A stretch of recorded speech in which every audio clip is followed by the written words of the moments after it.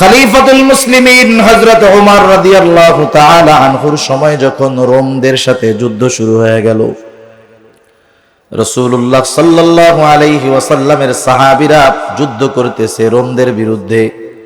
Rome সম্রাটের আদেশ ছিল, যুদ্ধের জয় পরাজয় যা হয় হোক, কিছু জীবিত মুসলমান সৈন্য আমার কাছে ধরে আনবা। কারণ রোম সম্রাট মুসলমানদের ঈমানের খবর শুনেছে। ঘটনাক্রমে মুসলমানদের একটা দল কাফেরদের হাতে আটকা পড়ে গেল। বাদশাহর আদেশ, তাদেরকে পাঠিয়ে দেওয়া হলো রাজধানীতে। বাদশাহর কাছে খবর দেওয়া হলো, বাদশাহ নামদার, মুসলমানদের একটা দল আমাদের হাতে আটক, আপনি আদেশ করলে আপনার সামনে হাজির করা হবে। আমি সংক্ষিপ্ত সারে শোনাচ্ছি আপনাদের ইতিহাসের কিতাব আল বিদায়া ওয়ান নিহায়া থেকে।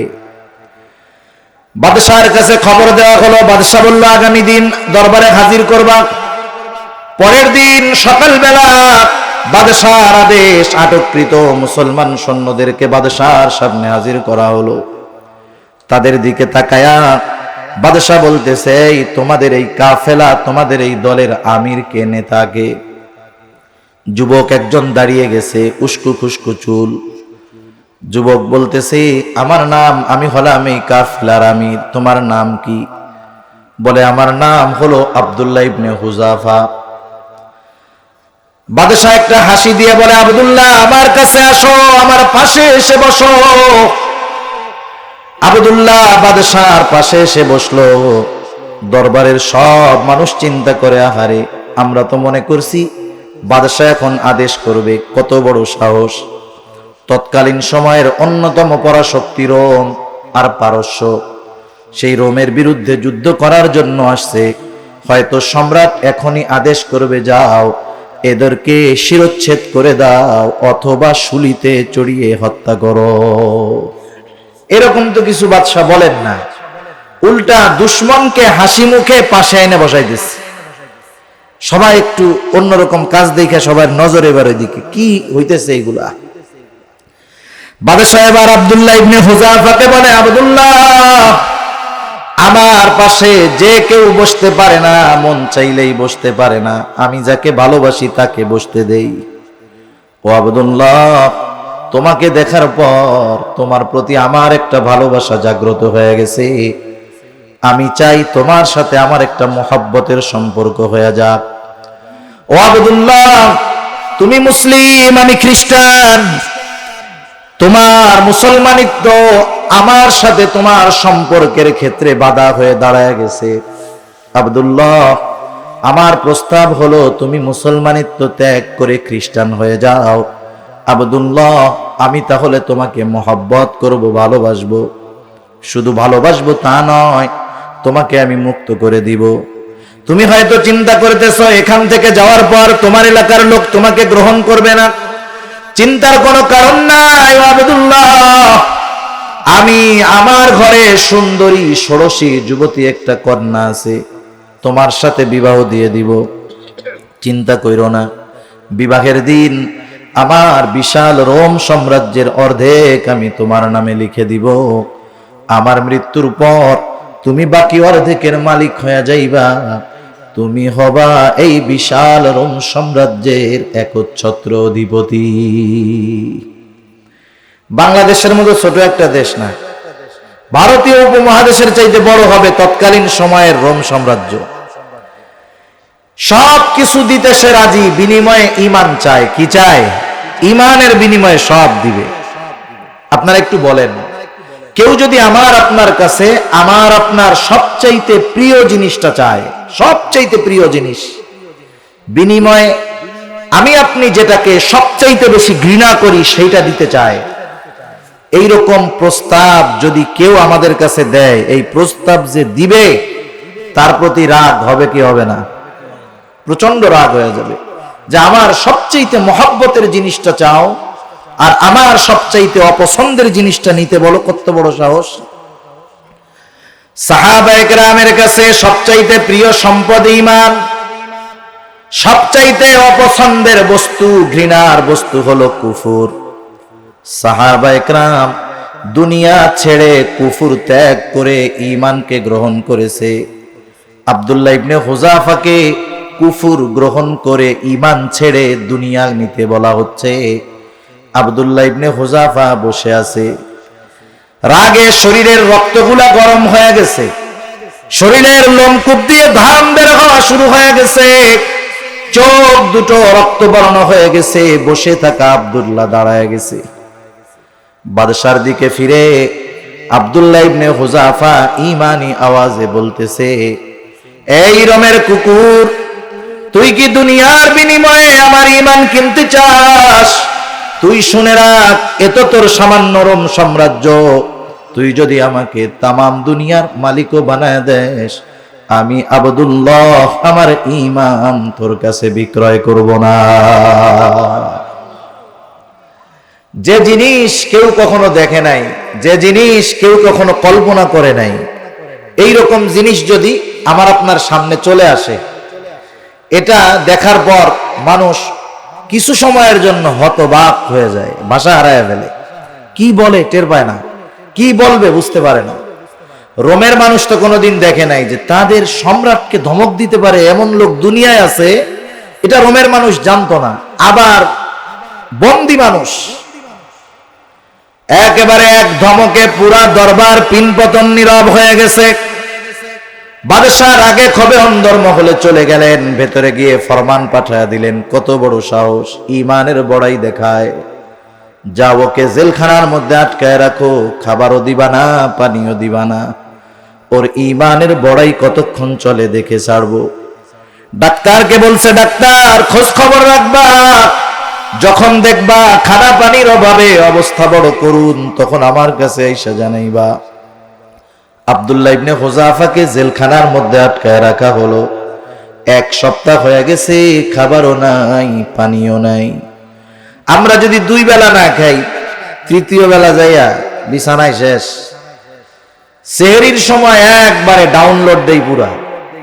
অনেকে ফজরের নামাজ পড়তে যায় না, কেন যাস না? কয় যে পর্যন্ত গিলছি রুকু দিলে সব বের হয়ে যাবে, সেজন্য নড়াচড়া করে একটু পরে টরে পড়ে আর কি। এত ডাউনলোড দিয়া যখন জোহরের নামাজটা কোনো মতে যায়, দেখবেন অন্যান্য সময়ের তুলনায় রোজার মাসে জোহরের পরে আর আসরের পরে একদল মুসল্লি মসজিদে শুয়ে থাকে, খালি গড়াগড়ি করে, ঘুম কিন্তু আসে না। কি হয়েছে, এমন করো কেন? বলে রোজায় ধরছে, মানে খিদে লেগে গেছে। 1 সপ্তাহ পার হয়ে গেছে, খাবারও নাই, পানিও নাই, জেলখানার মধ্যে শুয়ে আছে আব্দুল্লাহ, বোঝা যায় না বেঁচে আছে নাকি মারা গেছে। ডাক্তার দরজা খুলে ভেতরে ঢুইকা দেখে অবস্থা খারাপ।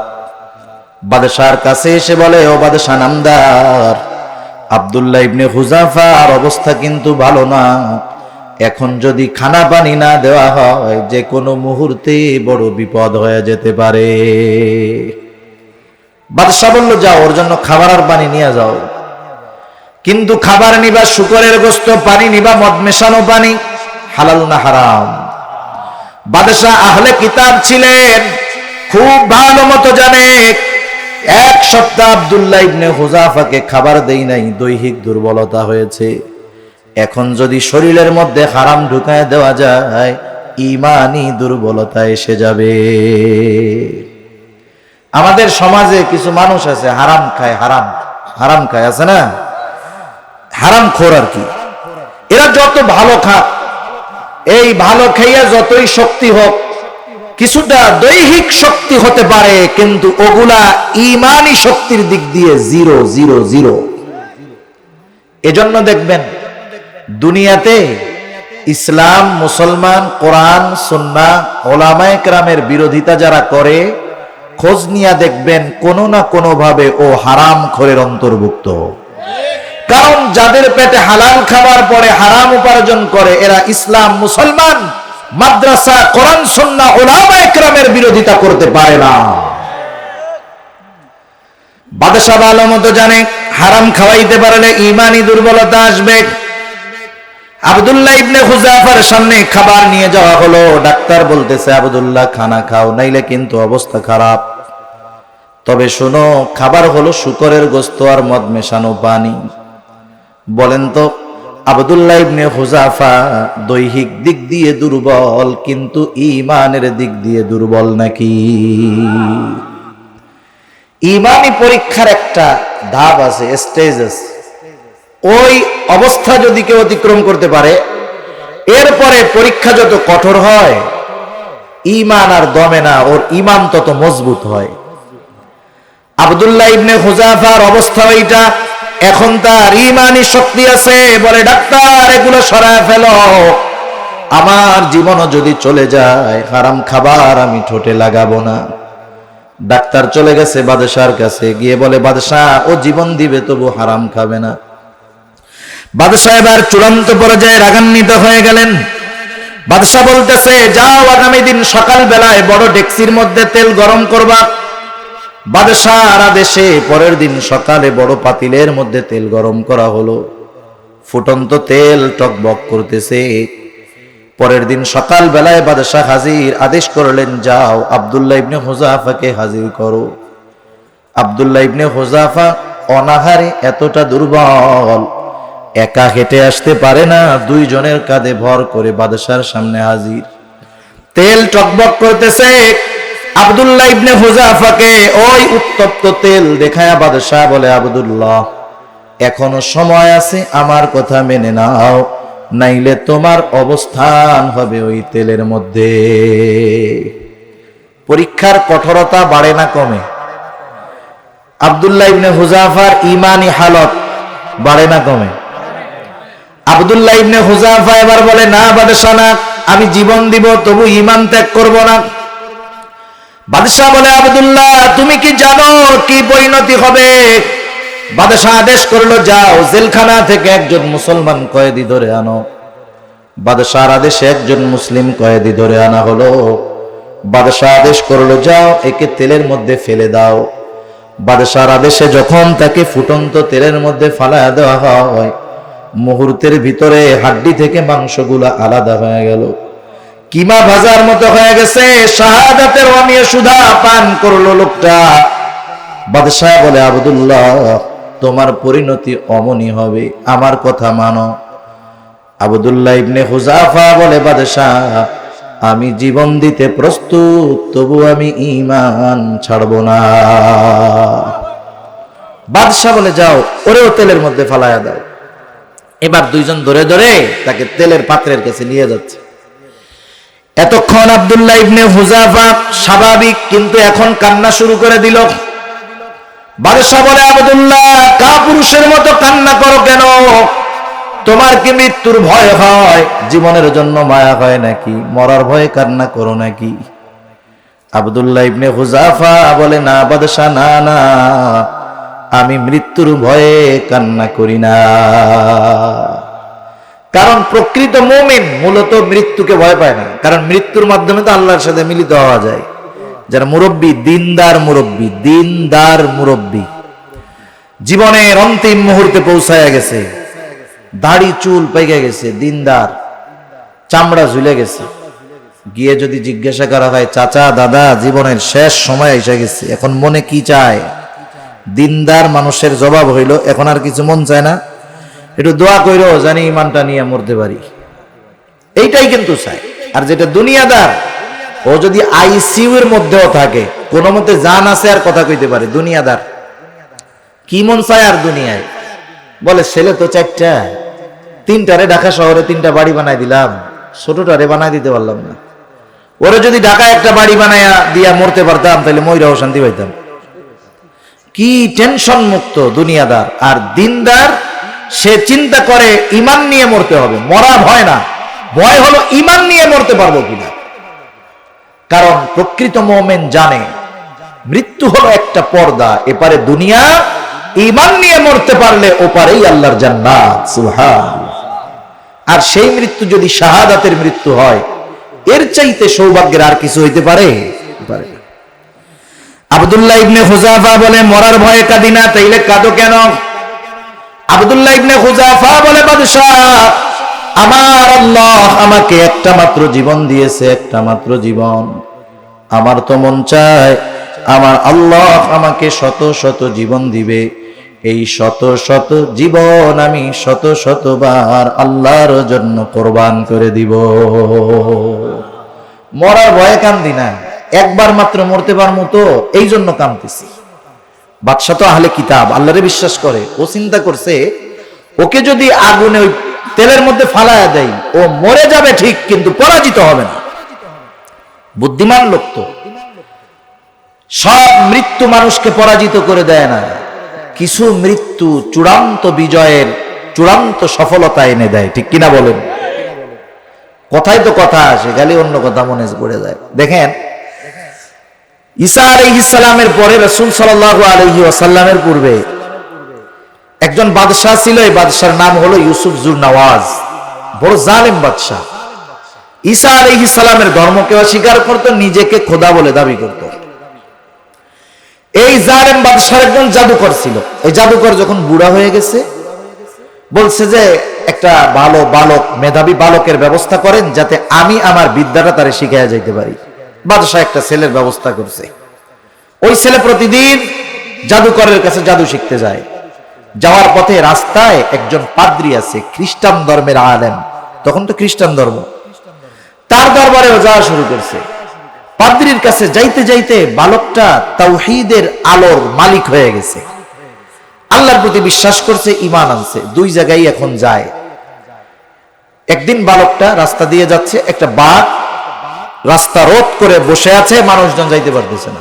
বালক চিন্তা করতেছে আজকে পরীক্ষার সুযোগ। হাতের মধ্যে একটা পাথর নিয়ে বলতেছে আজকে পরীক্ষা হবে, দেখি কার কে হকের উপরে আছে। এইবার বালকটা ওই পাথর নিক্ষেপ করার আগে বলতেছে, পাদ্রী যদি হকের উপরে থাকে, পাদ্রীর ধর্ম যদি সত্য হয়, এই পাথরের আঘাত বাঘের গায়ে লাগলে বাঘ যেন মারা যায়। এই নিয়ত করে যখন এই বালক হাতের পাথরটা বাঘের উপরে নিক্ষেপ করলো, পাথরটা লাগার সাথে সাথে বাঘটা মরে গেল। এইবার ওই বালক গিয়া পাদ্রীর কাছে বলতেছে, এই ঘটনা, আমি এই কাজ করেছি। এ কথা বলার সাথে সাথে বাঘটা মারা গেছে। পাদ্রী বলে, বালক, তুমি তো আল্লাহ তাআলার ফজলে আমার চাইতে উপরে চলে গেছো, তোমার ঈমান এখন পরিপূর্ণ হয়ে গেছে বালক। এখন তোমাকে অবশ্যই পরীক্ষার সম্মুখীন হওয়া লাগবে, মুসিবত আসবে, কিন্তু তুমি আমার কথা কাউকে বলো না। মুসিবত আসা শুরু হয়ে গেছে। বাদশার দরবারে একটা লোক ছিল অন্ধ, চোখে দেখতো না। আল্লাহ তাআলা ওই বালকরে এই যোগ্যতা দিয়েছে, সে অন্ধের দৃষ্টিশক্তি আল্লাহর ফজলে ফিরাইয়া দিতে পারত। ওই অন্ধ লোকটারে বলতেছে, তোমার দৃষ্টি আমি ফিরাইয়া দিতে পারি, কিন্তু শর্ত কি? আল্লাহর উপরে ঈমান আনতে হবে, আর এই বিশ্বাস করতে হবে তোমার চোখ ভালো করছে কে? আল্লাহ।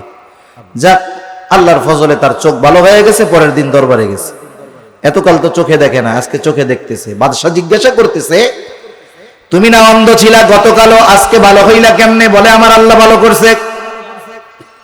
আরে আমি তো তোমার আল্লাহ, আমি তোমার রব, আমি তো তোমার চোখ ভালো করি নাই। কোন আল্লাহ চোখ ভালো করছে? তার উপরে জুলুম করা হলো, সে বইলা দিল ওই বালক। এইবার বালকের উপরে পরীক্ষা শুরু হয়ে গেল।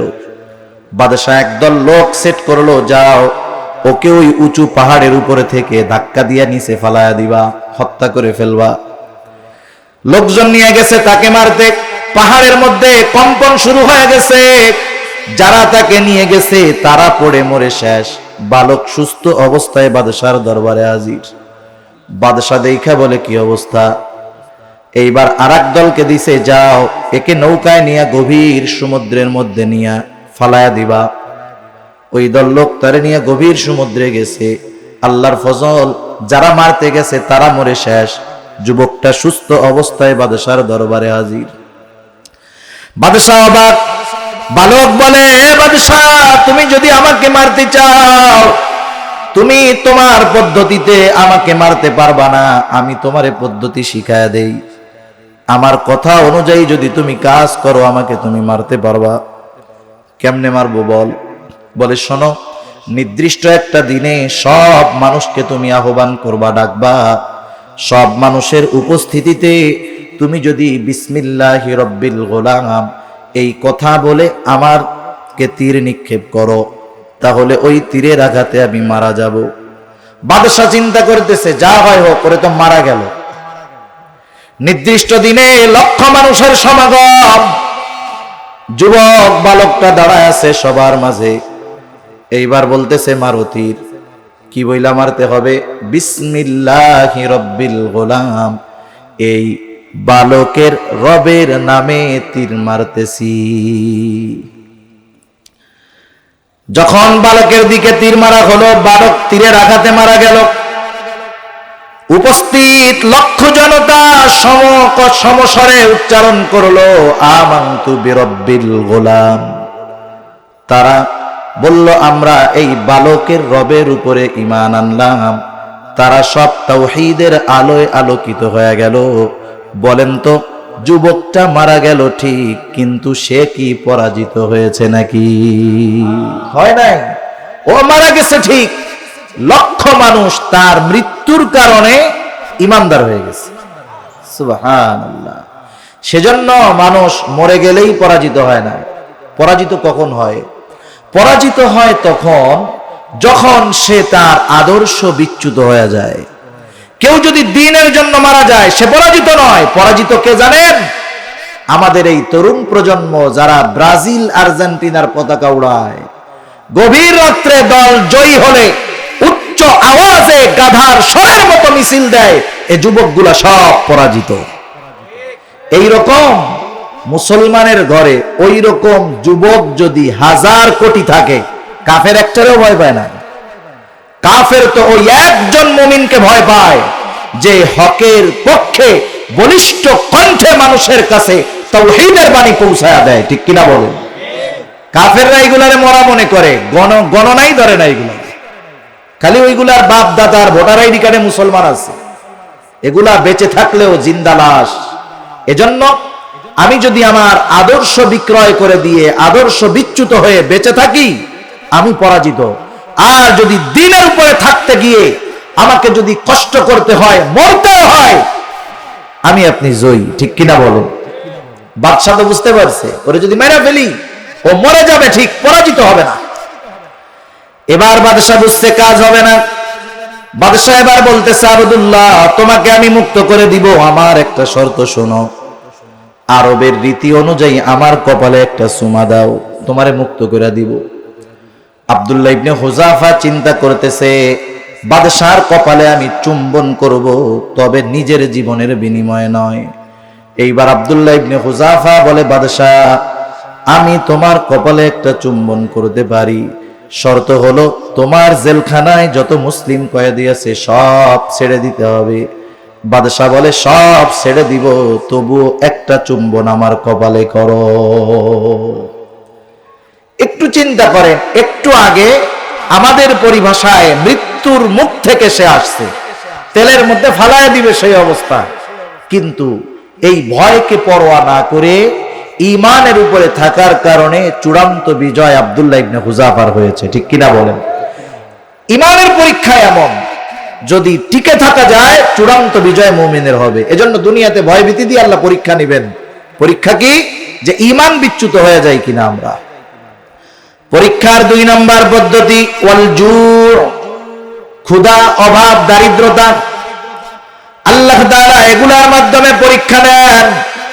আমাদের স্বাভাবিক বিষয় হলো, আমরা যদি সম্পদের মালিক হই, সম্পদটাকে নেয়ামত মনে করি। সম্পদ যে শুধু নেয়ামত এমনটা নয়, বরং সম্পদটা মাঝে মধ্যে আল্লাহ তাআলার পক্ষ থেকে পরীক্ষাও হয়। মানে যে টাকা পয়সার মালিক মনে করে আল্লাহ শুধু নেয়ামতই দিছে, টাকা পয়সা দিয়েও যে আল্লাহ পরীক্ষা নেয়, এটা মানুষ চিন্তা করে না, আমরা করি না। অথচ আল্লাহ বলেন, ইন্নামা আমওয়ালুকুম ওয়া আওলাদুকুম ফিতনাহ, নিশ্চয়ই সন্তান সম্পদ এগুলা তোমাদের জন্য পরীক্ষা। কিন্তু অভাব দারিদ্রতা যদি আসে, আমরা এটাকে কখনো নেয়ামত মনে করি না। অভাব যদি আসে, এটাকে আমরা শুধু মুসিবত মনে করি। অভাব দারিদ্রতা এটাও অনেক সময় নেয়ামত হয়। কারুনের নাম শুনছেন না? কারুন যখন সম্পদের মালিক হচ্ছে, দিন যায় শুধু সম্পদ বাড়ে আর বাড়ে। কারুনের বন্ধুরা আল্লাহকে বলে, আল্লাহ আপনি কারুনরে এত ভালোবাসেন, এত সম্পদ ওরে দিলেন, আমাদের ভালো ভালোবাসেন না, আমাকে সম্পদ আর দেনও না। দুনিয়ার একদল মানুষ এটা মনে করে। এক আল্লাহর বান্দা নামাজ কালাম ঠিক মতো পড়ে, কিন্তু অভাব কষ্ট ক্লেশের মধ্যে আছে। তার প্রতিবেশী নামাজ কালাম পড়ে না, নাফরমানি করে, কিন্তু সম্পদের মালিক আছে না এরকম অনেকে। এই সম্পদওয়ালা কি কয় জানেন? আরে বেটা খাস তুই, মোটা হই আমি। মানে ইবাদত বন্দেগী তুই করস, সম্পদ আল্লাহ আমারে দেয়। চিন্তা করে দেখ আল্লাহ কত ভালোবাসে আমারে। নামাজ কালাম পড়ি না তাই হলো এত ভালোবাসে। আর যদি নামাজ কালাম পড়তাম তোরা তো না খাইয়া মরতি সব। এরকম কতজন মনে করে আর কি সম্পদ দিয়েছে আল্লাহ খুব ভালোবাসে। তা কারণের বন্ধুরা আল্লাহরে বলে, আল্লাহ আপনি ওরে এত ভালোবাসেন, ওরে সম্পদ দিলেন, আমাদের কিছু দিলেন না। আফসোস তাদের অন্তরে। এখন কারুনকে এক সময় মুসা আলাইহিস সালাম যাকাত দিতে বলছে। কারুন তো যাকাত দিলই না, বরং মুসা আলাইহিস সালামকে জঘন্য অপবাদ দেওয়ার লক্ষ্যে একজন দুশ্চরিত্রা নারীকে ভাড়া করলো, জেনার অপবাদ দিবে। আল্লাহ তাআলা বরদাস্ত করলেন না। কারুনের সম্পদ সহ আল্লাহ তাআলার গজব তার উপরে পতিত হলো। সম্পদ সহ কারুন জমিনের নিচে ডাবতে থাকলো। মুফাসসিরিনে কেরাম বলেন এখনো সে জমিনের নিচে সম্পদ সহ ডাবতেছে, কিয়ামত পর্যন্ত ডাবতে থাকবে। কারুনের ওই দুর্দশা যখন তার গরিব বন্ধুরা দেখলো, এইবার তারা বলে, আল্লাহ আমরা তো বুঝতে পারি নাই, আপনি কারুনকে সম্পদ দিয়েছেন ঠিক, ওকে আপনি ভালোবাসেন নাই। আমাদেরকে সম্পদ দেন নাই ঠিক, আপনি আমাদেরকে ঠিকই ভালোবেসেছেন। কারণ যদি সম্পদ আমাদেরকে দিতেন আমরাও হয়তো কারুনের মতো অবাধ্য হইতাম, আমাদের পরিণতিটাও ওইরকম হইতো। আপনি দেন নাই ঠিক, কিন্তু বাস্তবে ভালোবাসেন বেশি। এক বাপের এক ছেলে, কথা বুঝতেছেন আপনারা? ঘুমাসতেছে নাকি? একটু তাকবীর দেই, নারায়ে তাকবীর। আর একটু জোরে, নারায়ে তাকবীর। মাশাআল্লাহ। এক বাবার এক ছেলে, অনেক টাকা পয়সার মালিক বাপ। ছেলে লেখাপড়া করে, প্রতিদিন ঢাকায় যাওয়া লাগে তার। বন্ধু বান্ধব মিলা বলে, বেটা তুমি এই লোকাল গাড়ি আর ইজি বাইক সিএনজিতে ওঠো, তোমার বাবার টাকার অভাব নাই, তোর বাবা তো তোরে চাইলে হেলিকপ্টার কিনে দিতে পারে। তাই হেলিকপ্টার চাওয়ার টাওয়ার দরকার নাই, তুই তোর বাবার কাছে একটা R15 মোটরসাইকেল চা। এইবার ছেলে এসে বাপকে বলতেছে, আব্বা সবই তো আমার, একটা মাত্র ছেলে আপনার আমি, গাড়ি বাড়ি দোকানপাট কোনো কিছুর অভাব নাই, আব্বা আমার একটা মোটরসাইকেল কিনা দেন। এই কথা বলার সাথে সাথে বাপ এক ধমক দিয়ে বলে, সর এই জায়গায় থেকে, লাথি দিয়ে ঘরের থেকে বের করে দেব, কোনো মোটরসাইকেল হবে না। এক ধমক দিয়ে বাপ বের করে দিছে। এখন বাপ কি চিন্তা করছে, ছেলে গিয়া বন্ধুদের কাছে মুখটা কালো হয়ে গেছে, আর মনে মনে বলতে, যা রে আব্বা আপনি আমারে ভালোবাসেন না। এখন বাপ চিন্তা করছে ছেলে মাত্র একটা, এক ছেলের যদি মোটরসাইকেল কিনে দেয়, এটা তো মোটরসাইকেল না, এটা হলো মরণ সাইকেল। অ্যাক্সিডেন্ট একবার করলেই শেষ, জিন্দেগি শেষ, আমার বংশে বাতি দেওয়ার লোক থাকবে না। এই চিন্তা কইরা বাপ এক ধমক দিয়া বের করে দিছে, কিনে দেয় নাই। এখন বলেন, বাপ যে মোটরসাইকেল কিনে দিল না, ধমক দিল, কষ্ট পাইল ছেলে, বাপ কি কিপটামি কইরা কাজটা করছে না ভালোবাসার কারণে করছে? তাহলে চিন্তা করে দেখেন, বাপ ভালোবাসা দেয় নাই। অনেক সময় আল্লাহ তাআলা বেশি ভালোবাসা অনেক ইমানদার বান্দারে সম্পদ দেয় না। সেজন্য সম্পদ না পাইলেই একথা বলার কোনো সুযোগ নাই যে আল্লাহ ভালোবাসেন না। তা যাই হোক, যে কথার থেকে গেলাম, যে আল্লাহ রাব্বুল আলামিন অনেক সময় দারিদ্রতা অভাব দিয়ে পরীক্ষা নেন। 3 নাম্বার, ওয়া নাকসিম মিনাল আমওয়াল, মালের লস, মালের ক্ষতির মাধ্যমে আল্লাহ তাআলা পরীক্ষা নেন। ওয়াল আনফুস, জীবনের ক্ষতির মাধ্যমে আল্লাহ তাআলা পরীক্ষা নেন।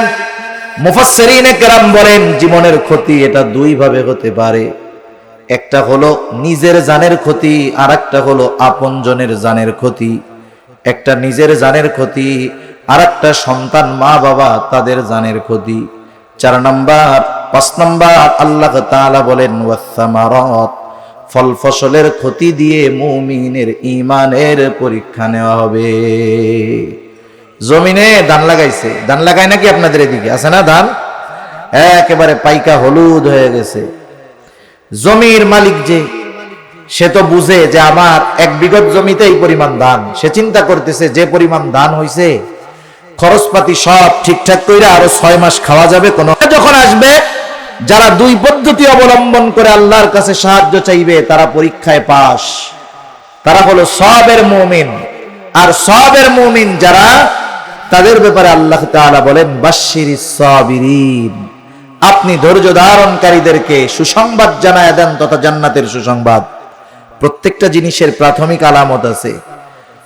সওয়াবের মুমিন কারা? আল্লাহ তাআলা বলেন বাশশিরিস সাবিরিন আল্লাযীনা ইযা আসাবাতহুম মুসিবা ক্বালু ইন্না লিল্লাহি ওয়া ইন্না ইলাইহি রাজিউন। সুসংবাদ জানায় দেন ওই সমস্ত ধৈর্য ধারণকারীদেরকে, তাদের উপরে যখন কোনো বিপদ আপদ বালা মুসিবত পতিত হয় তারা বলে ইন্না লিল্লাহি ওয়া ইন্না ইলাইহি রাজিউন। এই দোয়া সবার জানা আছে না আমাদের? কিসের দোয়া বলেন তো? কিসের দোয়া? মানুষ মরার দোয়া, তাই তো? হ্যাঁ, এক জায়গায় জিজ্ঞাসা করছি, অধিকাংশ মানুষ বলে এই দোয়া হলো মানুষ মরার দোয়া। না, যত বিপদ আপদ মুসিবত আছে সব বিপদ আপদ বালা মুসিবতে এই দোয়া পড়ার শিক্ষা দিয়েছেন কে? আল্লাহ তাআলা দিয়েছেন। শুধু তাই না, এই আয়াতের তাফসিরে সুন্দর একটা দোয়া নবীজি আমাদের শিখাইয়া দিয়েছেন। ছোট্ট একটা দোয়া, এত গুরুত্বপূর্ণ দোয়া। নবীজি বলেন বিপদ আপদ মুসিবতে পতিত হয়ে কোন মুমিন যদি ওই দোয়া পাঠ করে, বিপদ আপদ মুসিবতে সে যা হারায় তার চাইতে উত্তমটা আল্লাহ তাআলা তাকে ফিরাইয়া দেয়। সুবহানাল্লাহ।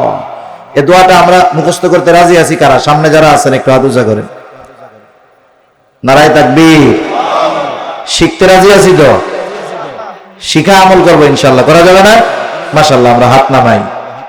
আমি দোয়াটা বলার আগে এক দুই মিনিট দোয়াটা বলার আগে, এই দ্বীনি প্রতিষ্ঠান শুরুতেই বলছি, আর্মির ক্যাম্প যেমন মানুষের জীবনের নিরাপত্তার কারণ হয়, এই দ্বীনি প্রতিষ্ঠানগুলা মানুষের ঈমান হেফাজতের দুর্গ হিসাবে কাজ করে। সেজন্য যেহেতু আমার জিন্দেগীর সবচাইতে বড় সম্পদ ঈমান, এই ঈমান হেফাজতের দায়িত্বে যারা নিয়োজিত আছে তাদের উপরেও তো আমাদের কিছু দায়িত্ববোধ আছে, ঠিক কিনা বলেন? আপনারা সেই দায়িত্ববোধ দোয়ার মাধ্যমে, দাওয়ার মাধ্যমে করতেছেন আলহামদুলিল্লাহ। আমাদের সম্মানিত